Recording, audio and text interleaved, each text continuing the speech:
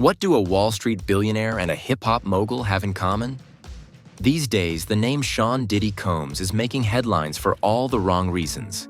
Serious allegations and an ongoing legal case have put his legacy under intense scrutiny.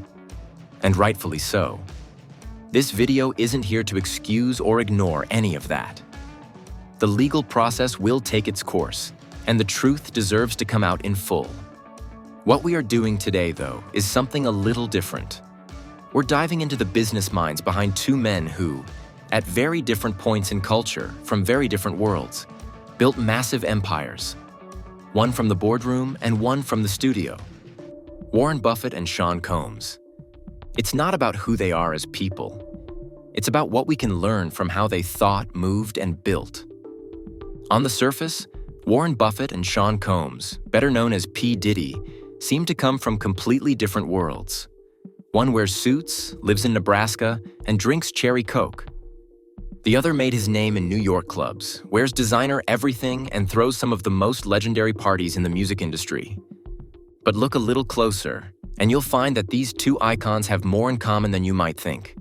They're both self-made, they both built empires, and they both mastered the art of long-term thinking. Let's start at the beginning. Warren Buffett was born in 1930 in Omaha, Nebraska. By age 11, he was already investing in stocks. He had a paper route, bought a pinball machine, and was constantly thinking about how to turn a dollar into two. He wasn't flashy. He didn't care about trends. He just focused on what worked. P. Diddy, on the other hand, was born in 1969 in Harlem, New York. His father was murdered when he was just 2 years old. Raised by a single mom, Diddy hustled from an early age. He worked as a party promoter while studying at Howard University and landed an internship at Uptown Records. He climbed his way up in the industry by sheer drive, eventually launching his own label, Bad Boy Records. Different backgrounds, different eras, but the same hustle. One of the biggest things they have in common? Vision. Buffett didn't get rich overnight. He bought companies that he believed in, and he held on to them. Coca-Cola, American Express, Apple. He didn't chase quick gains. He let compound interest do the heavy lifting. It's not sexy, it's not exciting, but it works. Diddy also played the long game. He wasn't just making music, he was building a brand. When he launched his clothing line, Sean John, in the late 90s, people laughed. A rapper doing fashion? But he saw the future. The brand became a massive success, earning him a CFDA award and major business credibility. That same foresight led him to launch Ciroc Vodka. At the time, Ciroc wasn't even a major player. But Diddy didn't just endorse it. He negotiated a unique deal where he'd earn equity and share in the profits. Today, Ciroc is one of the most recognized premium vodka brands in the world, and Diddy reportedly earns 8 figures a year from it. Buffett and Diddy both understand leverage. Buffett leverages his capital. He takes profits from one business and uses them to buy another.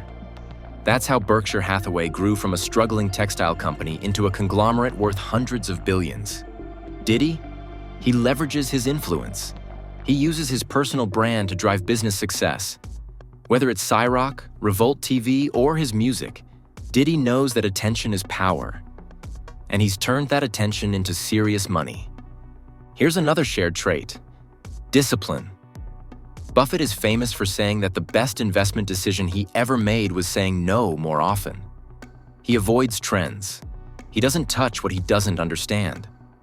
That kind of discipline is rare, and it's a big reason why he's one of the richest people on the planet. Diddy's discipline shows up in his work ethic. Behind the glamorous lifestyle is someone who works relentlessly. He's known for sleeping only a few hours a night, pushing his teams hard, and demanding the best from everyone around him. That drive didn't just happen by accident. It's been part of his DNA since day one.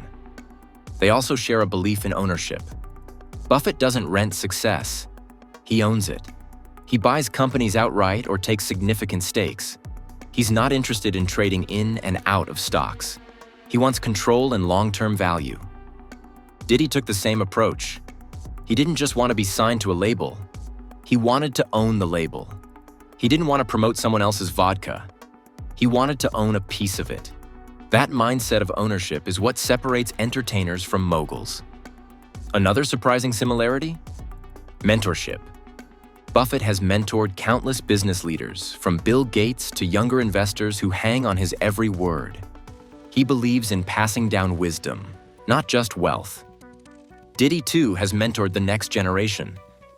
Artists like Mary J. Blige, Notorious B.I.G., and French Montana have all benefited from his guidance. He's not just a businessman. He's a builder of people. Let's talk about legacy. Buffett isn't just trying to make money. He's pledged to give most of his fortune away through the Giving Pledge. He wants his wealth to have impact far beyond his own lifetime. Diddy has also been focused on legacy. He's launched schools, funded community programs, and spoken openly about building generational wealth for Black families. For both men, success isn't just about personal gain. It's about creating something that lasts. And then there's branding. Buffett's brand is all about trust, integrity, and wisdom. He's the steady hand, the wise grandfather of finance. That brand has real value. People trust Berkshire because they trust him. Diddy's brand? It's energy, ambition, style, and boldness. He's not afraid to be flashy because it fits his story. He built a brand around confidence. And that brand sells.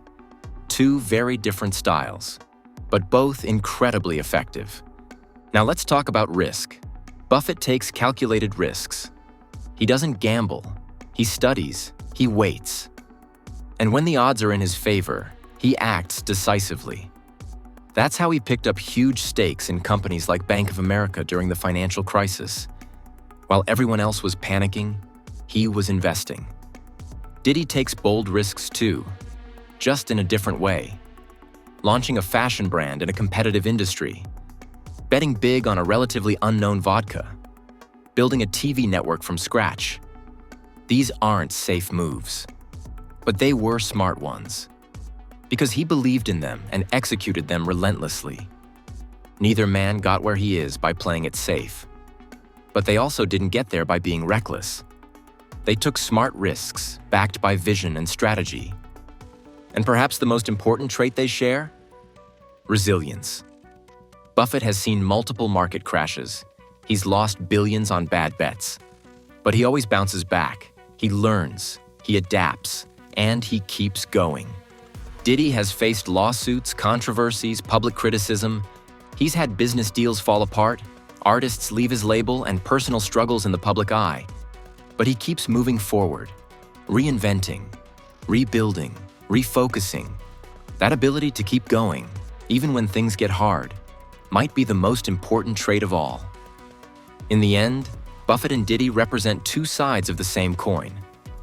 One is the investor's investor. The other, the ultimate cultural entrepreneur. But both mastered the art of value creation in completely different ways. They show us that success isn't about where you start. It's about what you build. It's about vision, discipline, and the willingness to bet on yourself. You don't need to wear a suit to think like Buffett. You don't need to rap to hustle like Diddy. The principles are the same. Dream big, work hard, own your path, and play the long game. So, what do we take away from all this? The comparison between Warren Buffett and Sean Combs shows us how two people from totally different backgrounds both tapped into strategy, brand, and long-term thinking to shape billion-dollar empires. But let's be clear, while there's value in studying their business moves, especially when it comes to ambition, scale, and longevity, that doesn't mean ignoring serious matters that surround them. In Diddy's case, the current allegations are deeply troubling. This video isn't meant to glorify or overlook that. It's simply a look at a pattern of business building and mindset from a historical perspective. Time will tell what the legal system uncovers. And whatever the outcome, accountability and justice must come first. At the end of the day, success in business means nothing if it isn't backed by integrity in life.